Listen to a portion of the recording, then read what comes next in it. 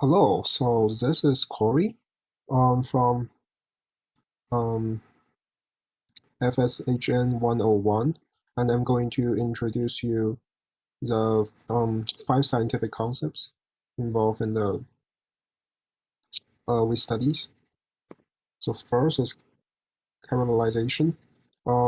This happens when we move cooking cookies.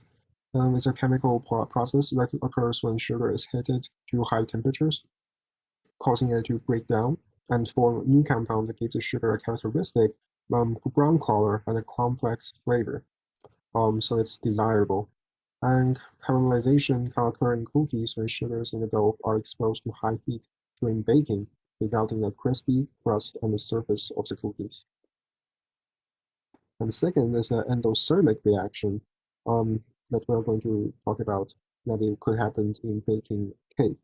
So endothermic action is when we put heat into the cake. It's a chemical reaction that absorb heat from the surroundings.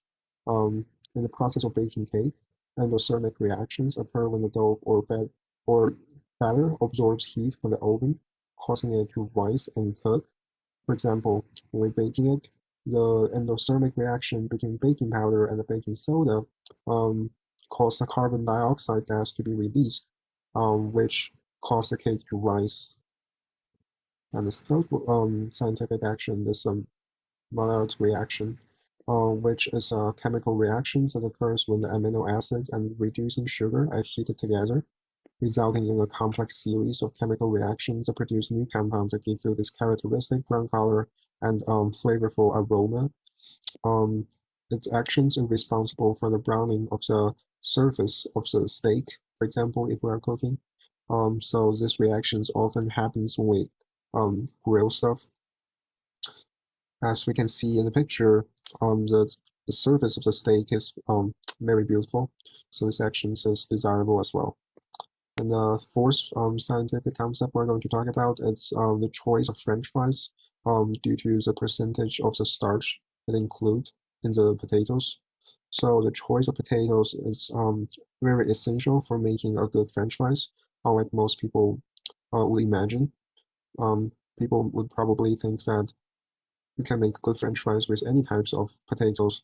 However, it is not the case. Low starch potatoes, which are great for mashed potatoes, are not suitable for making crispy French fries because when heated at high temperatures, starch in the potatoes absorbs water, breaks hydrogen bonds, and expands, resulting in a desired crispy texture on the outside. So high starch potatoes are ideal for French fries as they are more likely to undergo starch gelatinization during heating, whereas low starch potatoes may fall apart. And the fifth scientific concept we're going to talk about it's water count moisture content and in the process of making jerky. Um, when making jerky, it is essential to consider the water content, water activity, and moisture content in the beef that you are using. Because the prior refers to the amount of the water in the meat you are using, and the latter is talking about the amount of available water that the microorganism can use to grow.